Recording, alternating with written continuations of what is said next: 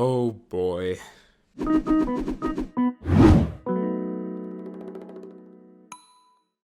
Hey guys, it's Protendo, and we have just passed 500 days since the last regular Nintendo Direct. Yeah, 500. 500. Obviously, that isn't to say that Nintendo's been completely silent over these past 500 days, or that we haven't gotten any major announcements in that time, since that's obviously untrue.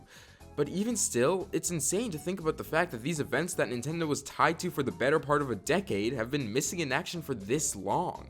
I mean, I remember being antsy for a direct around this time last year, and now an extra 365 days has been thrown on top of what already seemed like an excruciatingly long wait.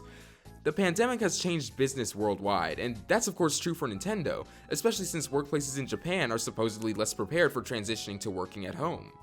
It's evident that the virus has dealt a major blow to the company, both in game releases and in their announcements.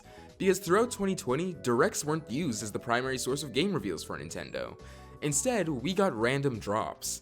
Sometimes you'd wake up on a random day and surprise, a new Zelda prequel was announced while you were asleep. It was a controversial method to reveal new games, but we were at least, getting games, so there wasn't that much to complain about. Most people figured that this was simply Nintendo's way of adapting to the pandemic, and we would see a return to normalcy once the world started to get back to the way it was. But now we're in January of 2021, and Nintendo's shown no signs of returning to the direct format. Granted, the world has hardly returned to a normal state and has in fact worsened in many areas, but most major companies have been able to adapt to these changes and, for the most part, go back to the usual state of operating. This doesn't seem to be the case for Nintendo though. Just this month, we received yet another trailer drop, this one being for Super Mario 3D World plus Bowser's Fury. That alone has convinced many that regular directs are a thing of the past and that random Twitter announcements are the way of the future. But this video isn't about me trying to predict whether or not that'll be the case, because there's already a lot of excellent videos that do just that. Instead, I want to look back on Nintendo Directs to explain why, in my eyes, they can never be replaced by this new form of announcements. Back in October of 2011, Nintendo made history by releasing the first ever Nintendo Direct. Reggie came on screen and told us about this new endeavor Nintendo was trying to deliver news to us directly.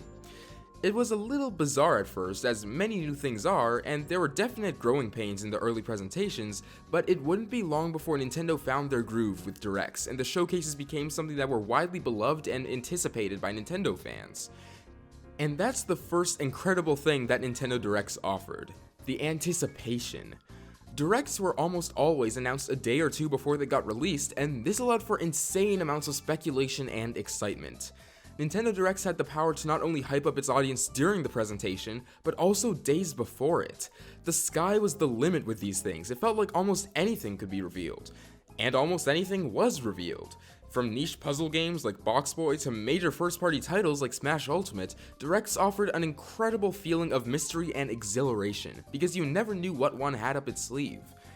In contrast, these random announcements, aside from the fact that they're announcing games, aren't all that exciting. There's no build-up, no speculation, no community predictions, nothing. The surprise element is obviously missing as well. Either you wake up to a whole new game being announced while you were asleep, or Nintendo announces that they're showing off a new trailer for a specific game, as they did with Bowser's Fury. Either way, the level of shock or anticipation that was commonplace with regular directs is completely non-existent with these drops. Nintendo Directs felt like an event, with people preparing themselves for the occasion and the hype slowly building as you got closer and closer to the day of the presentation. Trailer drops are just trailer drops. Another thing to talk about is the hype felt during a direct. This isn't to say that trailer drops have no hype surrounding them, of course. Just look at the Bowser's Fury trailer and how it got everyone excited and talking. A game is still being announced after all, or at the very least more information is being revealed. But it simply can't compare to the hype felt during a Nintendo Direct. That feeling where you can feel your heart beating in anticipation, wondering what they're gonna announce. The pure unadulterated joy felt when a series or franchise you love gets a new game reveal. And the sheer delight experienced when you remember that there are still more announcements to come. That is something that can't be replicated by any trailer drop. The variety of directs is also something that has to be acknowledged and praised. Obviously, trailer drops can only cater to a specific group of people, fans of whatever series or franchise the game is a part of. But Nintendo Directs can cover such a wide variety of genres and series that it's doubtful a large number of fans could leave one feeling like they got nothing from it. Let's take the last real Direct as an example. Moving back over 500 days, we come to the September 2019 Direct. Now, keep in mind that at the time, this was considered a relatively weak presentation in comparison to some of the other ones. But look at all the ground it covered. Overwatch, a critically acclaimed and massively popular shooter coming to the Switch, a new free Switch Online Kirby game, a brand new Smash Ultimate reveal, as well as a shadow drop for the previously announced fighter, the announcement that Smash Ultimate will be getting even more DLC, SNES games getting announced for NSO, a new trailer for Animal Crossing New Horizons, one of Nintendo's most highly anticipated games at the time, and finishing with the reveal of an HD remaster for Xenoblade Chronicles. This was considered weak at the time. Those were only the major announcements too, yet look at all the genres and franchises that were covered, the amount of people that were filled with joy, the hype felt during these reveals. It's truly something amazing. It's really funny to look back on this Direct specifically because I remember thinking it was only okay at the time, but now my mouth's watering at the mere thought of getting half of these announcements in a Direct now. It goes to show what 2020 did to us, I guess. Another thing that Directs did incredibly well was bring the community together. I mean, after the fact, there'd definitely be some salty people trying to pick fights if they thought the reveals in the presentation were garbage or something, but before the Directs aired, fans were never closer. Everyone came together to theorize and speculate about what new games we might see, what updates certain titles might receive, and everything in between. It got to the point where the hours before a Direct were almost just as exciting as the Direct itself.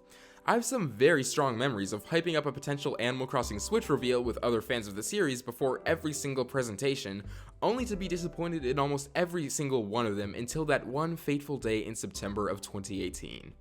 Directs truly were events and some of the few things that could bring every Nintendo fan together. So far, I think I've done a decent job at explaining why Nintendo Directs feel so special and can't be replaced, but there's one more thing about them that I've yet to mention, and said thing is probably the most important element of Directs that I'll mention in this video: the charm. In the past, Nintendo was always considered to be a fairly charming and friendly company.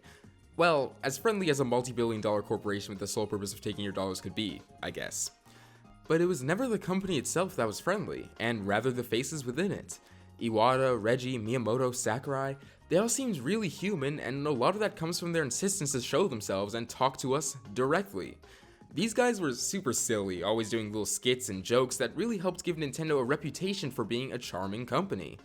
But that's not really the case anymore.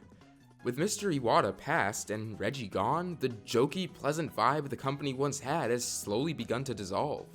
This isn't meant to be some sort of attack on Furukawa or Doug Bowser, but the two simply haven't done enough to keep up the friendly reputation that their predecessors provided.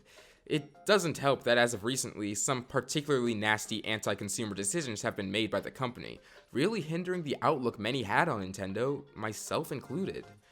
Directs were once a charming way of giving information to the viewers. Now, we get bland drops on Twitter with no build-up, no excitement, and no charm. I could probably go on about how this change epitomizes the differences happening in the company, but that's a little too much and frankly a little too negative for this video. However, to end this video on a higher note, you know who's great? Sakurai. Sakurai doesn't even work at Nintendo, yet somehow he's the only glue keeping the company's reputation intact right now. Sakurai Presents videos are extremely exciting, get the community hyped up and theorizing, and are an absolute delight to watch.